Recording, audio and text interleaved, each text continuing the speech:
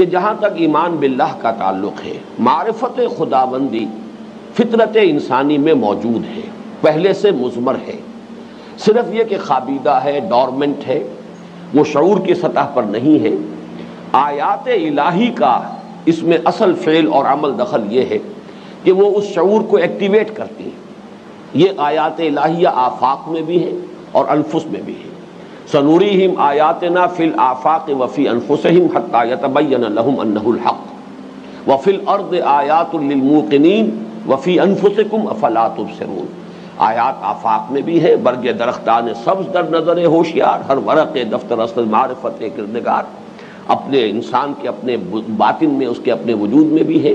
اور پھر یہ کہ سب سے بڑھ کر قرآن مجید کی آیات ہے، جو اکثر و بیشتر تو انہی آیات کی طرف، آفاقی اور انفسی آیات کی طرف متوجہ کرتی ہیں، لیکن خود ان کے اندر یہ تاثیر موجود ہے کہ انسان کے اندر کے اس خابیدہ شعور کو بیدار کرے، وہ خابیدہ شعور کہ جو اللہ کی معرفت کا انسان کی فطرت میں ودیعت شدہ موجود ہے۔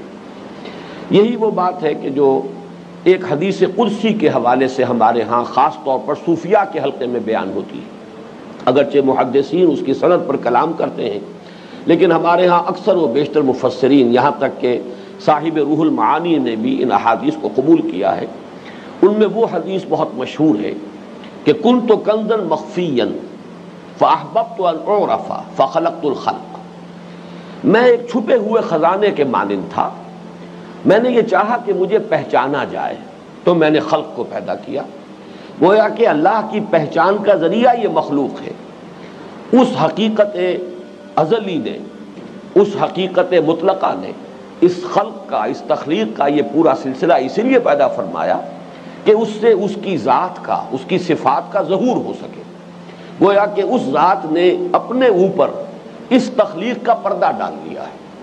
اسی لیے اصغر گونڈوی کا ایک بہت پیارا شعر ہے کہ ردائے لالا و گل پردہ ماہو انجم، جہاں جہاں وہ چھپے ہیں عجیب عالم ہے۔ گویا کہ یہ سب جو کائنات پھیلی ہوئی ہے، اسی کے پردے میں ذات باری مخفی ہے، اللہ نے اپنے آپ کو اس میں چھپا لیا ہے۔ لیکن یہ چھپانا جو ہے، اس کی نوعیت کیا ہے، اس کے لیے مجھے یاد آئے الفاظ کے جو امام رازی نے لکھے ہیں کسی مقام پر اپنی تفسیر میں۔ ہو سکتا ہے کوئی لفظی اس میں فرق ہو جائے میرے بیان کرنے میں، لیکن یہ کہ یہ مضمون میں پورے یقین کے ساتھ کہہ رہا ہوں کہ امام رازی نے اس کو بیان کیا ہے۔ فسبحان الذی اختفی بنورہ واحتجب لشدت ظہورہ، پاک ہے وہ ذات جو اپنے نور میں مخفی ہو گیا ہے اور اپنے شدت ظہور کی وجہ سے چھپ گیا ہے۔ شدت ظہور کی ایک مثال یہ ہے کہ سورج ہے، سورج جب ابھی طلوع ہو رہا ہو یا غروب ہو رہا ہو تو اس کی کرنیں براہ راست آپ کی آنکھوں پر نہیں پڑ رہی ہوتی ہیں، آپ اس کا مشاہدہ بالواسطہ کرتے ہیں، لہذا کچھ نہ کچھ اندازہ ہو جاتا ہے، اس کی جو لیمیٹیشن ہے، اس کا گول دائرہ، وہ ایک ٹکیا جو ہے نظر آتی ہے۔ لیکن جب اس کی کرنیں براہ راست ہماری آنکھوں پر پڑتی ہیں تو ہماری بینائی اس کی تاب نہیں لا سکتی، آنکھیں چکا چوندھ ہو جاتی ہیں۔ یہ نہیں کہ سورج جو ہے وہ کسی خفا کے پردے میں ہے، بلکہ وہ تو اپنے شدت ظہور کی وجہ سے ہم سے اوجھل ہو گیا کہ ہم نہیں دیکھ پا رہے۔ تو اللہ تعالیٰ کی آیات کا یہ معاملہ ہے۔ بہرحال یہ مضمون ہے جو قرآن مجید میں بڑی وضاحت کے ساتھ اور مختلف پیرایوں میں یہ آیا ہے، تمام مکی صورتوں میں۔ ان مدنی صورتوں میں تو یوں سمجھیے کہ 20واں رکوع سورہ بقرہ کا، 20واں رکوع سورہ آل عمران کا، ان دونوں کے آغاز میں وہ چونکہ طویل تر صورت ہے، اس میں طویل آیت آئی ہے، یہ اس کے مقابلے میں نصف صورت ہے، یہاں یہ مختصر آئی ہے، لیکن مضمون ایک ہی ہے دونوں جگہ پر، اور اس کا حاصل یہی ہے کہ اللہ تعالیٰ کی ذات کو دلیل سے نہیں پہچانا جا سکتا۔ کوئی منطق، کوئی فلسفیانہ دلیل اللہ کے وجود کو ثابت نہیں کر سکتی۔ اس کا تو ایک ہی راستہ ہے کہ ان آیات کے حوالے سے پہچانیں، اور وہ در حقیقت صرف تذکیر کا کام کرتی ہیں یہ آیات، یاد دہانی، اس لیے کہ اس کا علم جو ہے وہ تو فطرت انسانی میں پہلے سے مثمر ہے۔ اس کو مولانا روم نے بعض حکایات کے ذریعے سے بڑی خوبصورتی سے واضح کیا ہے۔ مثلا ایک حکایت ہے کہ ایک سن تراش تھا کہ جو پتھروں سے تراش لیتا تھا، کہیں شیر کی صورت بنا لی، شیر کا مجسمہ بنا لیا، کہیں ہاتھی تراش لیا، تو چھوٹا سا بچہ اس کا تھا، اس کا بیٹا، اس نے پوچھا بابا آپ یہ ہاتھی کیسے بنا لیتے ہیں، آپ یہ پتھر سے شیر کیسے بنا لیتے ہیں؟ تو سن تراش نے جواب دیا بیٹا ہاتھی اور شیر تو پتھر میں موجود تھا، اس پر کچھ پردے پڑے ہوئے تھے، میں نے وہ پردے ہٹا دیے۔ ظاہر بات ہے کہ وہ پتھر جو ہے اس کے اندر گویا کہ اس نے اپنے چشم تصور سے ہاتھی کو دیکھا ہے، ہاتھی موجود ہے، لیکن کہاں سے کتنا ہٹا دیا جائے، کہاں سے کتنا تراش دیا جائے، کہاں سے اپنی چھینی کی مدد سے کتنا جو ہے دور کر دیا جائے، تو اندر سے وہ ہاتھی جو ہے برآمد ہو جائے گا۔ اسی طریقے سے ایمان باللہ فطرت انسانی میں ہے، اس پر پردے پڑے ہوتے ہیں ذہول کے، غفلت کے، عدم توجہی کے، یا اس سے آگے بڑھ کر شہوات کے، جذبات کے، خواہشات کے، اپنے من مانے تصورات کے، اپنے تعصبات کے، یہ پردے پڑے، یہ پردے اٹھا دیے جائیں تو اندر سے وہ اللہ تعالیٰ کا ایمان برآمد ہو جائے گا۔ اسی کو ایک اور بڑی بہت ہی بلیغ جو ہے حکایت کے پیرائے میں مولانا روم نے بیان کیا ہے کہ چین اور غالباً ایران کے مصوروں کا مقابلہ ہوا کہ کون زیادہ ماہر فن ہے، اور یہ کسی چین کے بادشاہ کے دربار میں ہوا۔ اس بادشاہ نے یہ کیا کہ دو دیواریں ایک دوسرے کے آمنے سامنے کھڑی کر دیں اور ان کے درمیان ایک پردہ حائل کر دیا۔ ایک ٹیم کو دے دی یہ دیوار کہ اس کے اوپر نقش و نگار بناؤ، جو تمہارا فن ہے اس کا مظاہرہ کرو۔ دوسرے کو سامنے والی دیوار دے دی، پردہ اس لیے حائل ہو گیا، دونوں اپنے اپنے کام میں مصروف رہے۔ آمنے سامنے اس لیے رکھا کہ بیک وقت دونوں کو دیکھ کر ان کا تقابل کیا جا سکے، موازنہ کیا جا سکے۔ ورنہ عام طور پر یہ ہوتا ہے کہ آپ دو چیزوں کا موازنہ کرنا چاہیں تو ایک دفعہ ایک چیز دیکھی، اب نگاہ ہٹا لی، دوسری چیز دیکھی، پھر ضرورت ہوتی ہے کہ پہلی کو دیکھیں، پھر کسی اعتبار سے پھر خیال ہوتا ہے کہ دوسری کو دیکھیں۔ اصل موازنہ ہوتا ہے جبکہ دونوں چیزیں بیک وقت سامنے ہوں۔ تو چین کے تو جو ایران کے مصور تھے انہوں نے تو بڑی محنت کی، بڑی مشقت کی، نقش و نگار بنائے، پھول بوٹے بنائے، جو بنایا۔ اور جو چین کے مصور تھے انہوں نے صرف یہ کیا کہ اپنی دیوار کو سیکل کر دیا۔ جب پردہ اٹھایا گیا تو وہ ساری محنت جو تھی وہ ایرانی مصورین کی وہ منعکس ہو گئی چینیوں کے اس دیوار کے اندر۔ یہ ہے گویا کہ مثال، اگر انسان صرف اپنے قلب کو سیکل کر لے تو معرفت خداوندی جو ہے پورے طور سے اس میں منعکس ہو جائے گی۔ اس کے علاوہ اسے کسی استدلال کی ضرورت نہیں۔ اس کے لیے جس کو میں نے کل کہا تھا جو ڈسکرسیو نالج ہے، دلیل اور استدلال اور استنباط اور استنتاج سے، منطق سے انسان پہنچے، کوئی ضرورت نہیں۔ قلب کو سیکل کر لیجئے، پردے اٹھا دیجئے، وہ تو موجود ہے، منعکس ہو جائے گا وہ معرفت خداوندی کا معاملہ۔ آخری بات اس ضمن میں جو عرض کروں گا وہ یہ ہے کہ اس معرفت رب کا اور ایمان باللہ کا جو نتیجہ نکلنا چاہیے وہ اس مقام پر تو آگے چل کر آئے گا اور وہاں کچھ اور رنگ اس کا ہے، لیکن اس کا ایک رنگ وہ ہے جو سورہ بقرہ میں سامنے آیا ہے، اور اس پہلی آیت کا درس مکمل نہیں ہوگا جب تک کہ اس کی طرف بھی توجہ مبذول نہ کرا دی جائے۔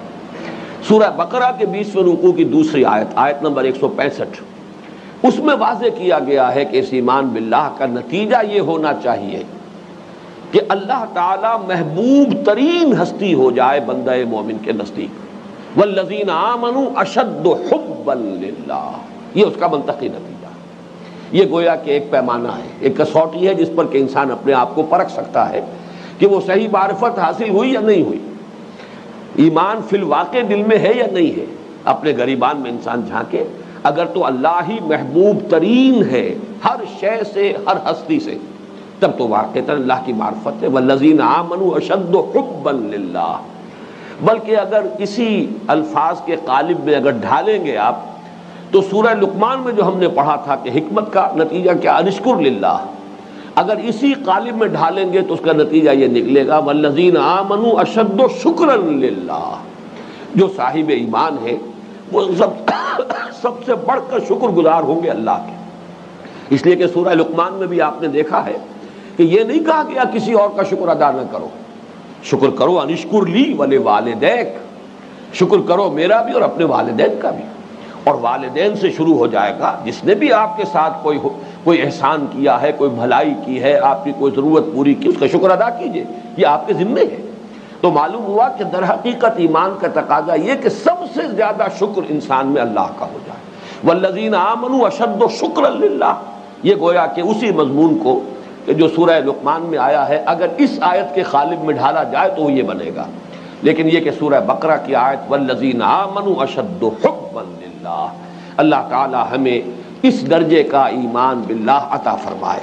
اب آگے آئیے اس رکوع کی جو دو آیات اور ہیں، دوسری اور تیسری، جن کے بارے میں عرض کر چکا ہوں گزشتہ نشست میں کہ ان کا تعلق ہے ایمان بالآخرت کے ساتھ، اور ان میں امتزاج ہے منطق کا بھی اور فطرت کا بھی۔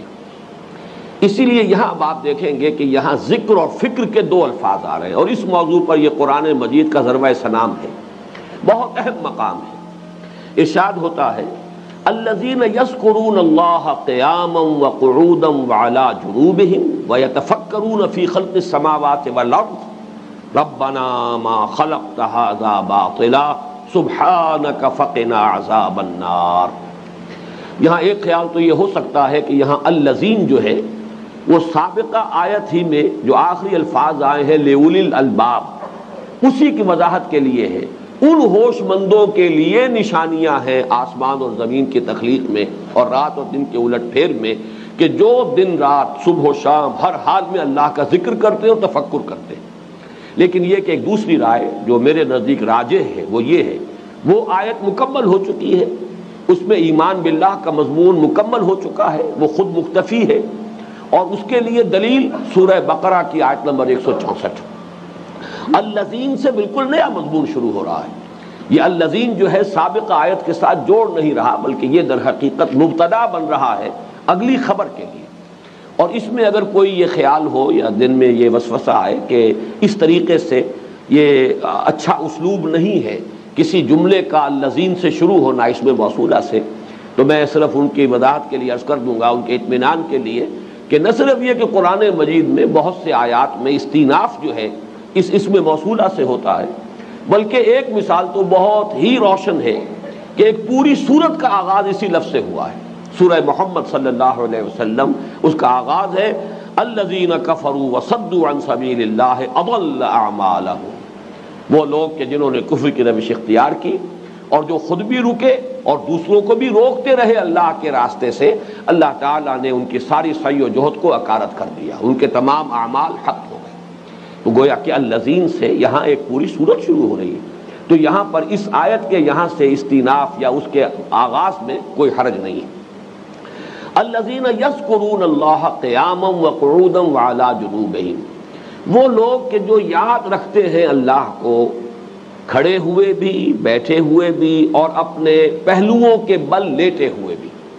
یہ تین ہی در حقیقت کیفیت انسان کی ہیں، یا وہ کھڑا ہوتا ہے چل رہا ہے تب بھی وہ کھڑے پوسچر میں ہے، سٹینڈنگ پوسچر میں ہے، وہ بیٹھا ہوا ہے یا پھر لیٹا ہے، اور لیٹنے میں عام طور پر انسان کا معاملہ یہی ہوتا ہے کہ کروٹ کے بل لیٹتا ہے۔ اور اس میں بلکہ امام راضی نے تو بڑی بحث کی ہے کہ یہی افضل بھی ہے، یہی چونکہ حضور سے بھی ثابت ہے کہ آپ جب سوتے تھے تو آپ اپنی داہنی کروٹ کے بل سوتے تھے، اور اپنا دایاں بازو جو ہے وہ اپنی ہتھیلی جو ہے وہ اپنے گال کے نیچے رکھ لیتے تھے۔ یہ آپ کے سونے کا انداز ہے، اور مسنون انداز یہی ہے، اس کو اختیار کرنا چاہیے۔ تو کروٹ کے بل سونا یہ فطری بھی ہے، اور گویا کہ ہمارے لیے تو مسنون ہے ہونے کے اعتبار سے اس کی اپنی اہمیت ہے۔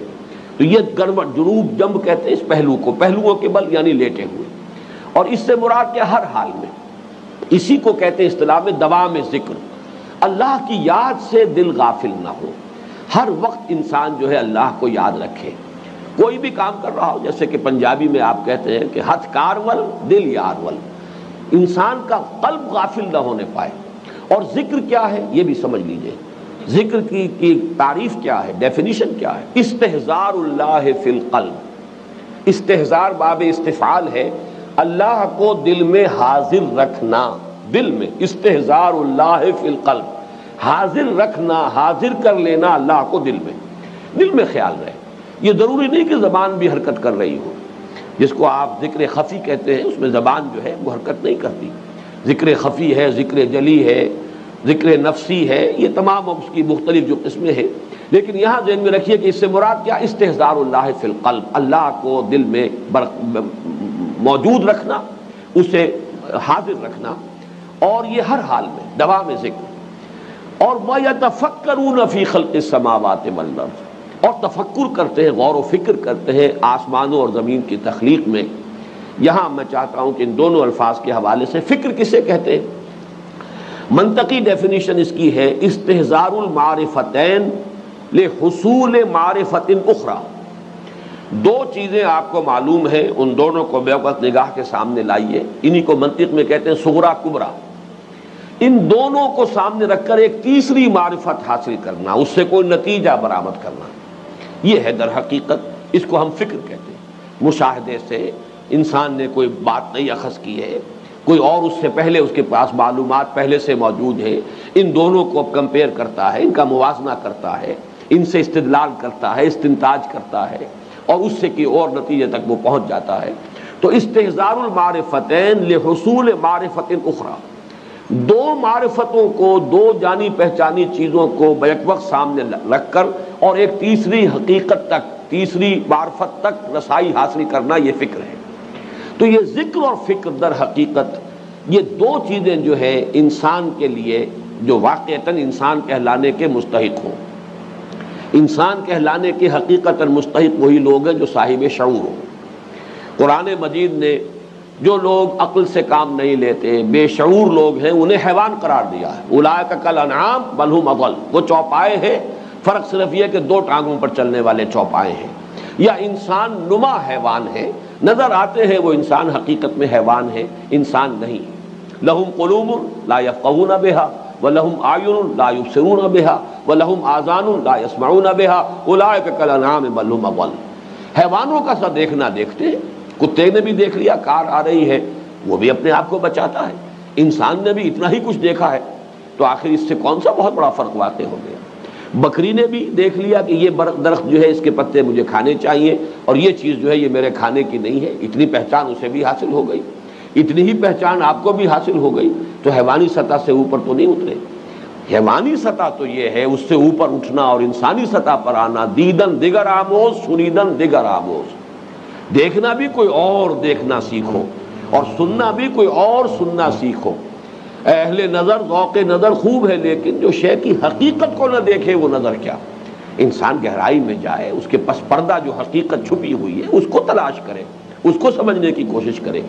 اس اعتبار سے ذکر اور فکر اس گاڑی کے دو پہیے ہیں جن سے انسان کا شعور ترقی کرتا ہے۔ اس کو نہایت خوبصورتی سے مولانا روم نے کہا تھا، ای قدر گفتین باقی فکر کن۔ دیکھو اس قدر تو ہم نے تمہیں بتا دیا، باقی اب خود سوچو۔ فکر اگر جامد موت رو ذکر کن، اگر فکر کہیں رک جائے، آگے نہیں بڑھ رہا، تو جاؤ ذکر کرو۔ فکر آرد ذکر را در ذکر آرد فکر را در اہتزاز۔ یہ ذکر جو ہے یہ فکر کے اندر ایک نئی جنبش، نئی حرکت، نیا جوش، نئی پیش قدمی کی کیفیت پیدا کر۔ اہتزاز کہتے ہیں کسی چیز کے اندر حرکت کا پیدا ہو جانا۔ زمین مردہ پڑی ہوئی تھی، اذا انزلنا علیہ الماء اہتزت وربت، جب ہم نے اس پر پانی برسا دیا اب اس کے اندر سرسراہٹ پیدا ہوئی، اب اس کے اندر سے وہ روئیدگی جو ہے باہر نکلی، وہیں پر پھر اب حشرات الارض بھی نظر آئیں گے، وہیں پر اب چہچہانے لگیں گے پرندے بھی، گویا کہ ہر طرح سکون تھا اور جمود تھا، اور اب اس میں حرکت پیدا ہو گئی۔ تو اس کو اہتزاز کہتے ہیں۔ ذکر آرد فکر را در اہتزاز، ذکر را خورشید این افسردہ ساز۔ یہ ساز اگر افسردہ ہو جائے، خاموش ہو جائے، تو اثر نو اس کو اس موسیقی اور ان آوازوں کے برآمد کرنے کا ذریعہ جو ہے وہ ذکر ہوگا۔ تو یہ ذکر اور فکر کا یہ اختلاط، علامہ اقبال نے اس کو، واقعہ یہ کہ مضمون تو وہی ہے، اور الفضل للمتقدمی کے حوالے سے زیادہ فضیلت تو مولانا روم ہی کی ہوگی، ان سے یہ فکر مستعار لیا، یہ مضمون، یہ خیال، یہ تصور علامہ اقبال نے، لیکن پھر جس انداز میں بیان کیا ہے وہ مولانا روم سے بہت آگے ہے، اس میں کوئی شک نہیں کہ یہاں پیر ہندی جو ہے وہ مرید رومی سے بہت آگے بڑھ گیا ہے۔ اور یہ خاص طور پر ہماری اس تحریک کے اعتبار سے تو بہت ہی ذو معنی ہے، یہ بہت ہی حکمت سے بھرے ہوئے اشعار ہیں۔ جز بقرآن زیغمی روباہی است، قرآن کے بغیر اگر شعری بھی ہے تو وہ لومڑی پن ہی ہے، اس کے سوا کچھ نہیں۔ شعر بھی اصل میں قرآن کے بغیر، قرآن کے ساتھ ہی کوئی انسان شعر بن سکتا ہے۔ اسد اللہ، اللہ کا شعر بنے گا قرآن کے ذریعے، ورنہ تو یہ روباہی ہے، چالاکی تو آ جائے گی، ہوشیاری آ جائے گی، ورلڈلی وائز ہو جائے گا انسان، جس کو آپ دنیا کے اعتبار سے کہتے ہیں چالاک اور ہوشیار انسان، لیکن حقیقت میں وہ جو شے مطلوب ہے وہ پیدا نہیں ہوگی، وہ قرآن سے پیدا ہوتی ہے۔ جزب قرآن زیغمی روباہی است، فقر قرآن اصل شاہنشاہی است، اصل شہنشاہی جو ہے وہ تو فقر قرآن سے حاصل ہوتی ہے۔ فقر قرآن، سلوک قرآن، قرآن کا تصوف کہیے، وہ کیا ہے؟ فقر قرآن اختلاط ذکر و فکر۔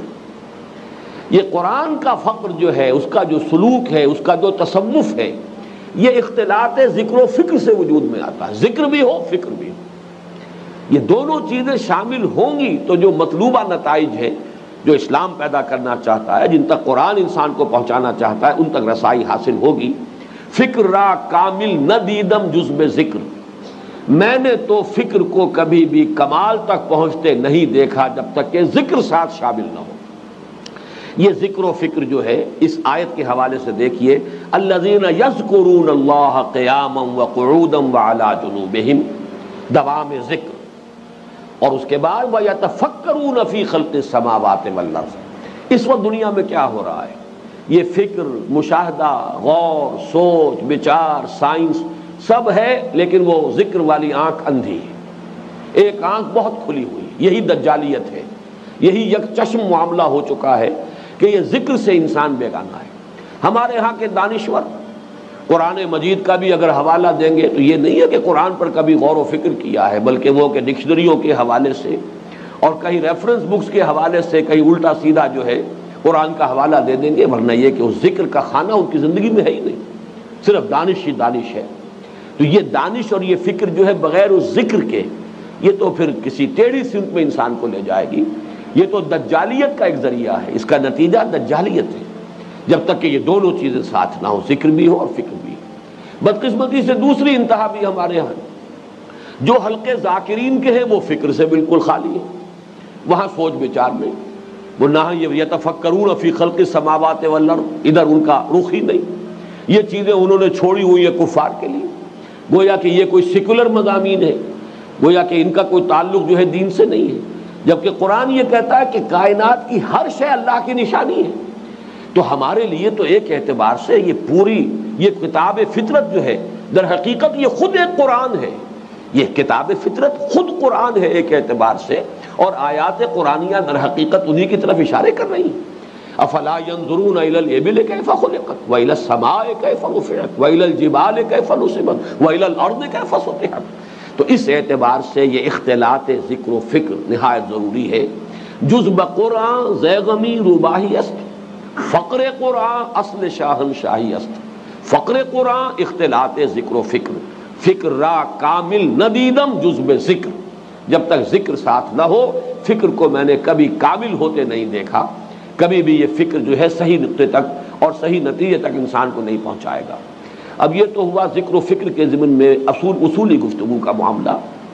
آگے بڑھیے، یہاں اس سے مراد کیا ہے؟ دیکھیے، کائنات کی گتھی کو سلجھانے میں اور حقائق تک رسائی حاصل کرنے میں پہلا قدم تو جیسا کہ میں نے پہلے عرض کیا تھا، یہ اسپونٹینیس ہے۔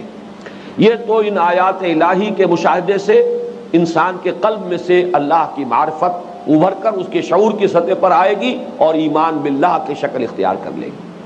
اب جب یہ سرا ہاتھ میں آ گیا ہے، بڑا پیارا مصرع ہے، ڈور کو سلجھا رہے ہیں اور سرا ملتا نہیں۔ اگر کوئی الجھی ہوئی ڈور ہو، اس کو سلجھانے کے لیے آپ کو پہلا کام کیا کرنا پڑتا ہے؟ اس کا ایک سرا تو تلاش کیجیے نا، اور وہ سرا ہاتھ میں آ جائے، اس کو ہاتھ سے مت جانے دیجیے، تب تو آپ ڈور کو آگے درجہ بدرجہ سلجھا لیں گے۔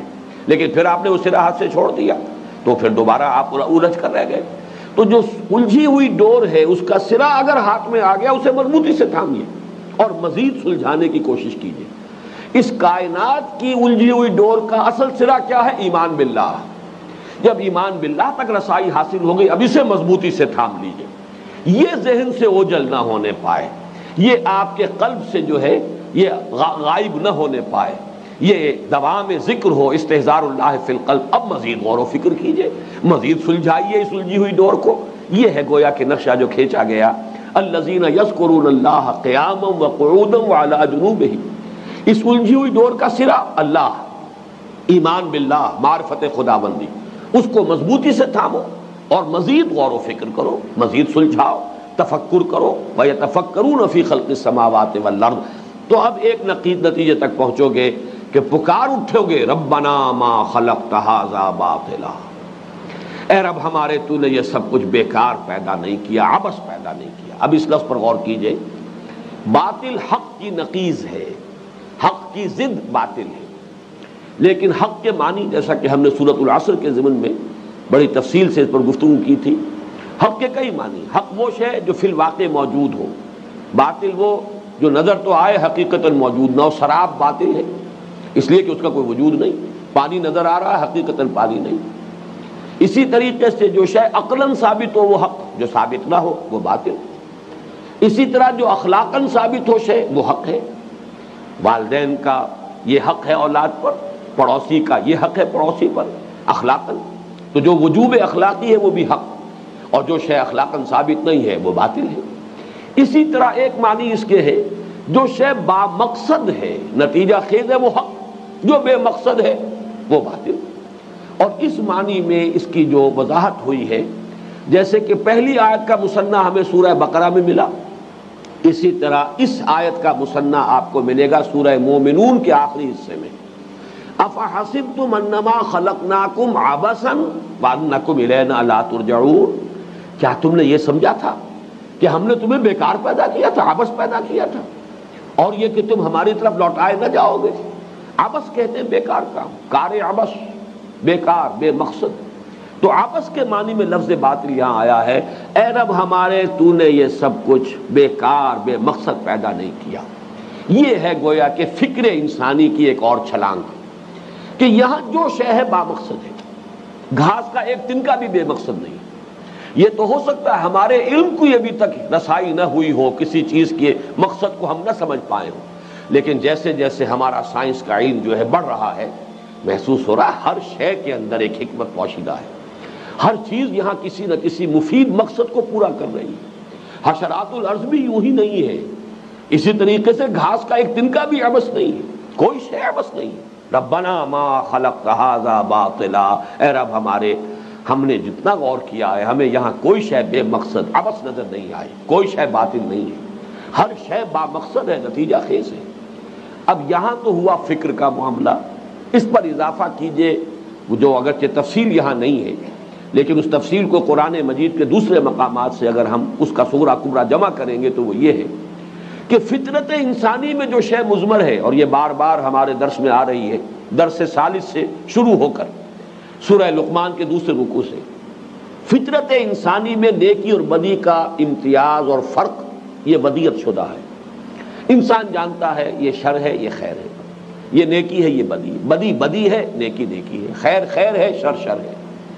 اب ان دونوں چیزوں کو جوڑیے، فطرت کی شے کیا ہے؟ نیکی اور بدی کا امتیاز۔ عقل کیا کہہ رہی ہے؟ کوئی شے بے مقصد نہیں ہے۔ تو سوال یہ ہے کہ اس نیکی اور بدی کا بھی تو نتیجہ نکلنا چاہیے۔ گندم از گندم بے رویت جو سے جو، گندم سے گندم پیدا ہوتی ہے، جو سے جو پیدا ہوتا ہے۔ تو اگر نیکی نیکی ہے اور یہ صرف ہمارا کوئی خود ساختہ خیال نہیں ہے، یہ واقعی ایک شے ہے، واقعی حقیقت ہے، تو اس کا نتیجہ خیر نکلنا چاہیے۔ اور اگر بدی بدی ہے، برائی ہے، حقیقتاً شر ہے، واقعتاً شر ہے، وہ بات نہیں ہے جسے آج کل ہم کہہ دیتے ہیں کہ نتھنگ از گڈ اور bad, only thinking makes it so. یہ تو آج کل کا در حقیقت ملحدانہ طرز فکر جو ہے یہ اس کی تعبیر ہے۔ حقیقت واقعی یہ ہے کہ فطرت انسانی حکم لگاتی ہے کہ یہ اچھائی ہے، سچ بولنا اچھا ہے، جھوٹ بولنا برا ہے۔ جو جھوٹ بولتا ہے وہ اپنے آپ کو کہتا ہے میں مجبور ہوں، کیا کروں، ضرورت ہے، ناگزیر ہے، لیکن یہ کہ اس کو بھی معلوم ہے کہ یہ برا کام ہے جو میں کر رہا ہوں، اس کا ضمیر اس وقت اسے ملامت کر رہا ہوتا ہے کہ تم یہ غلط حرکت کر رہے ہو، اس لیے کہ فطرت انسانی خیر اور شر میں امتیاز کرتی، پہچانتی ہے۔ تو اس پہچان کا نتیجہ نکلنا چاہیے، یہ اب عقل کا تقاضا ہوا، لیکن مشاہدہ یہ ہے کہ اس دنیا میں تو نہیں نکلتا۔ اس دنیا میں تو بسا اوقات الٹے نتیجے نکل رہے ہیں۔ بھلے لوگ یہاں اکثر و بیشتر دیکھتے ہیں کہ ان کے فاقے آ رہے ہیں، برے لوگ، اشرار، جن کے لیے کوئی نہ قانون ہے نہ کوئی ضابطہ ہے، وہ لوگ یہاں عیش کر رہے ہیں۔ اور یہ کوئی آج ہی کی بات نہیں، ہمیشہ کی بات ہے۔ نوع انسانی کی تاریخ میں وہ لمحات اور وہ دور بڑے مختصر آئے ہیں جبکہ نیکی کا غلبہ رہا ہے، اکثر و بیشتر تو بدی کا غلبہ رہا ہے۔ نیکی تو شاذ ہی کبھی آئی ہے حکمرانی کی حیثیت میں، اکثر و بیشتر جو ہے وہ تو بدی ہی کا راج رہا ہے۔ اور بد جو ہیں اور بد کردار لوگ جو ہیں انہوں نے گلچھرے اڑائے ہیں، انہوں نے عیش کیے ہیں، انہوں نے ایوان سجائے ہیں، انہوں نے محل بنائے ہیں، انہوں نے لوگوں کا خون چوسا ہے بلکہ پیا ہے۔ یہ سب کچھ اس دنیا میں ہوتا ہے۔ اب اس کا نتیجہ کیا نکلا؟ یہ ہے اب ذکر و فکر کا اختلاط۔ ذکر و فکر کے اس امتزاج سے جو نتیجہ برآمد ہو رہا ہے، لازماً کوئی دوسرا عالم ہونا چاہیے جس میں کہ خیر کا نتیجہ خیر برآمد ہو، شر کا نتیجہ شر برآمد ہو، اور بھرپور طور پر برآمد ہو۔ اس دنیا میں تو ایک اور لمیٹیشن بھی ہے۔ آپ نے لاکھ کوشش کی ہے اپنا یہ قانونی نظام بنا کر، اور پولیس اور چوکی اور پرچہ اور عدالت، چور کو سزا دی جائے، ڈاکو کو سزا دی جائے، کسی قاتل کو سزا دی جائے، لیکن یہ کہ اتنی لیمیٹیشنز ہیں۔ اول تو یہ کہ بیل منڈے چڑھنا آسان نہیں، جرم کا ثابت ہو جانا آسان نہیں، وہ تو there's many a slip between the cup and the lip، درمیان میں نہ معلوم کتنے خلا ہے۔ رشوتوں کا دور چل رہا ہے اور سفارشیں چل رہی ہیں، اور ہر دور میں رہا ہے معاملہ، کوئی دور اس سے خالی نہیں رہا۔ پھر میں عرض کروں گا بہت مختصر دور ہے وہ جو ان چیزوں سے خالی رہے ہیں۔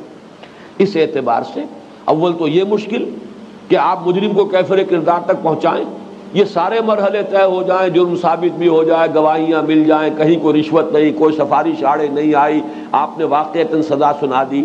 پھر لمیٹیشن یہ ہے کہ فرض کیجئے کہ ایک بوڑھے انسان نے ایک جوان انسان کو قتل کر دیا، لگتا کیا ہے قتل کرنے میں؟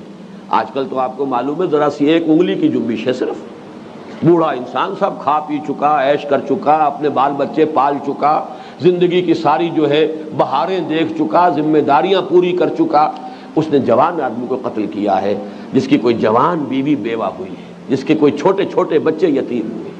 اس کے کہاں تک اثرات پہنچیں گے؟ یہ بچے جو اپنے والد کے سائے سے محروم ہو گئے ہیں، ان کی تربیت جو ہے غلط رخ اختیار کر کے ممکن ہے کہ انہیں بھی مجرم بنا کر اٹھائے۔ نوع انسانی کے لیے گویا کہ ایک بہت بڑا نقصان کا معاملہ ہو رہا ہے، جس کا کہ حساب لگانا ممکن نہیں، ہیومنلی امپاسبل، کہ اس ایک چھوٹے سے جرم کے اثرات کب تک جائیں گے، کہاں کہاں تک پہنچیں گے، کہاں کہاں تک اس کے اثرات جو ہے ممتد ہوں گے۔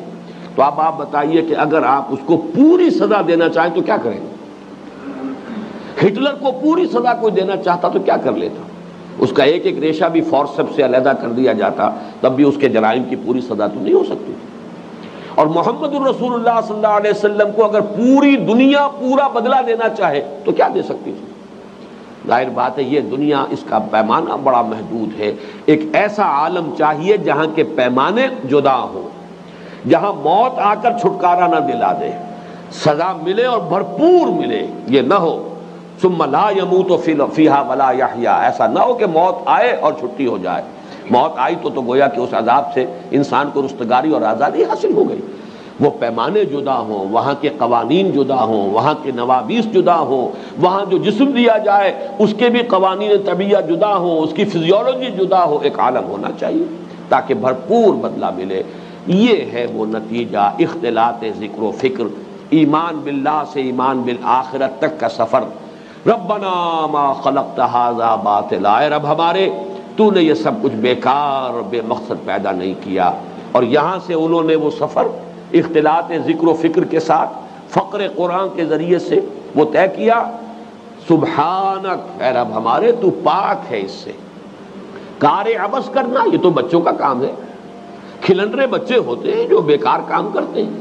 تیری ذات بہت بلند و بالا ہے اس سے کہ تو کار عبث کرے، تو کوئی شے باطل تخلیق فرمائے، تیری ذات کے ساتھ اس کی کوئی مناسبت ہی نہیں، تو اعلیٰ ہے، عرفہ ہے، منزہ ہے اس سے، سبحانک، پاک ہے تیری ذات، فقنا عذاب النار۔ اب یہاں معاملہ آیا کہ چونکہ دوسرا عالم ہونا چاہیے، عالم آخرہ، اس میں جزا بھی ہو سزا بھی ہو، تو اصل میں اس میں زیادہ قابل حذر شے تو یہ ہے کہ سزا سے انسان بچ جائے، لہذا فوراً وہ کہتے ہیں فقنا عذاب النار، تو بچائیو اے رب ہمارے ہمیں اس آگ کے عذاب سے۔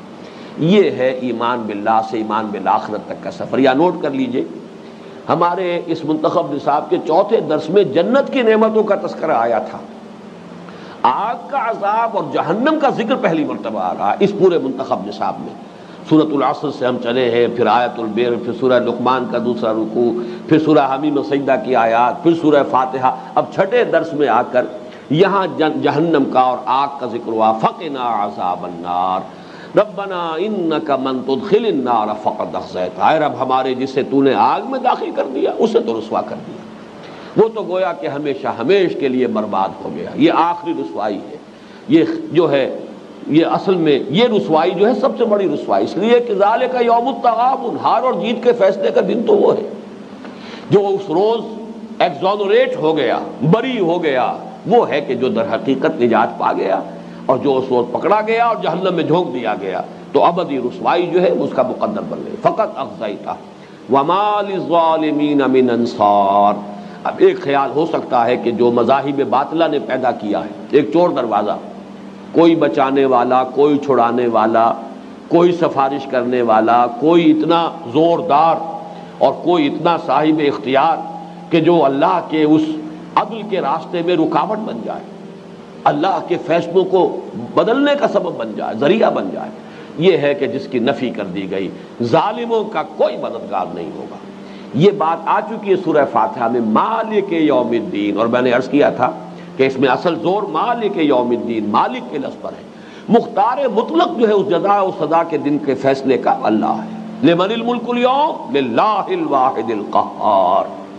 وہاں تو آخری اختیار، آخری فیصلہ اللہ کے ہاتھ میں، اس کے عدل کے راہ میں کوئی رکاوٹ نہیں بن سکے گا۔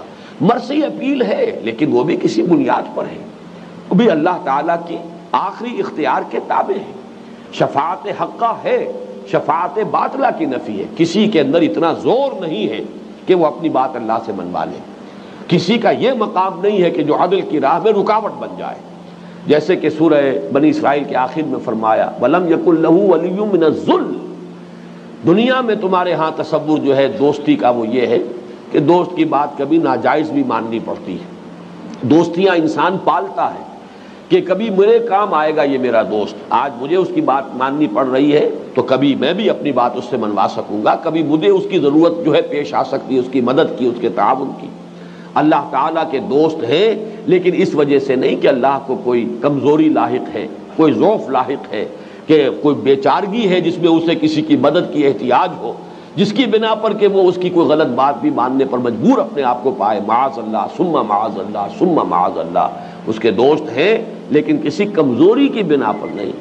جیسے کہ آخری آیت جو ہے، جیسے میں نے 12 عرض کیا ہے، وہ توحید کے بہت بڑے خزانوں میں سے خزانہ ہے۔ وَقُلِ الْحَمْدُ لِلَّهِ الَّذِي لَمْ يَتَّخِذْ وَلَدًا وَلَمْ يَكُنْ لَهُ شَرِيكٌ فِي الْمُلْكِ وَلَمْ يَكُنْ لَهُ وَلِيٌّ مِّنَ الذُّلِّ وَكَبِّرْهُ تَكْبِيرًا۔ تو یہاں پر بھی وہی بات فرمائی وَمَا لِلظَّالِمِينَ مِنْ أَنصَارٍ۔ اور ظلم کا اب آپ نوٹ کر لیجئے کہ یہاں پہ اس کا مفہوم کیا ہوگا اگر ہم اپنے درس ثالث کی طرف پھر رجوع کریں۔ یا بنی لا تشرک باللہ ان الشرک لظلم عظیم۔ اور اسی آیت کا حضور نے ایک مرتبہ حوالہ بھی دیا تھا جب سورہ انعام کے اندر آیت نازل ہوئی، ای الفریقین احق بالامن ان کنتم تعلمون الذین آمنوا ولم یلبسوا ایمانہم بظلم اولئک لہم الامن۔ تم خود غور کرو کہ مشرکین اور موحدین میں سے کون سا گروہ ہے کہ جو امن کا زیادہ مستحق ہے۔ یقیناً وہی لوگ امن کے اور اطمینان اور سکون کے اور خاطر قلب کے مستحق ہوں گے، جمع خاطر کے، کہ جو ایمان لائے اللہ پر اس شان کے ساتھ کہ اس کے ساتھ ظلم نہ کرے، ظلم کی آمیزش نہ ہونے دے۔ صحابہ گھبرا گئے، ایسا شخص کون ہوگا جس نے کسی پر بھی کوئی ظلم نہ کیا ہو، اپنے ہی اوپر ظلم کر بیٹھتا ہے انسان۔ تو حضور نے فرمایا کہ نہیں، یہاں مراد ظلم سے شرک ہے، جیسے کہ سورہ لقمان میں آیا یا بنی لا تشرک باللہ ان الشرک لظلم عظیم۔ البتہ یہ کہ اس شرک کی وہ اقسام جو ہم پڑھ چکے ہیں ان تمام اقسام کو ذہن میں رکھیے، شرک کرنے والوں کا کوئی مددگار نہیں ہوگا۔ وما للظالمین من انصار۔ ان دو آیات میں جو اس ہمارے درس سادس کی یہ دوسری اور تیسری آیات ہیں، ان میں یہ ایمان کی طرف تدریجی جو ارتقاء ہو رہا ہے، اسی کے لیے لفظ میں نے استعمال شاید اس مرتبہ نہیں کیا، سنتھسس آف ایمان، ایمان کی ترکیب، سنتھسائز کیسے ہوتا ہے ایمان، کس طرح اس کے اجزاء تدریجاً اس کی ترکیب ہوتی ہے، ان کے اندر جو ہے ایک ترتیب قائم ہوتی ہے، ایمان باللہ اور اس کے بعد یہ ایمان بالآخرہ، اور انہی دونوں کو عنوان دیا ہے حضرت شیخ الہند رحمۃ اللہ علیہ نے ایمان عقلی کا۔ بارک اللہ لی و لکم فی القرآن العظیم ونفعنی وإیاکم بالآیات والذکر الحکیم۔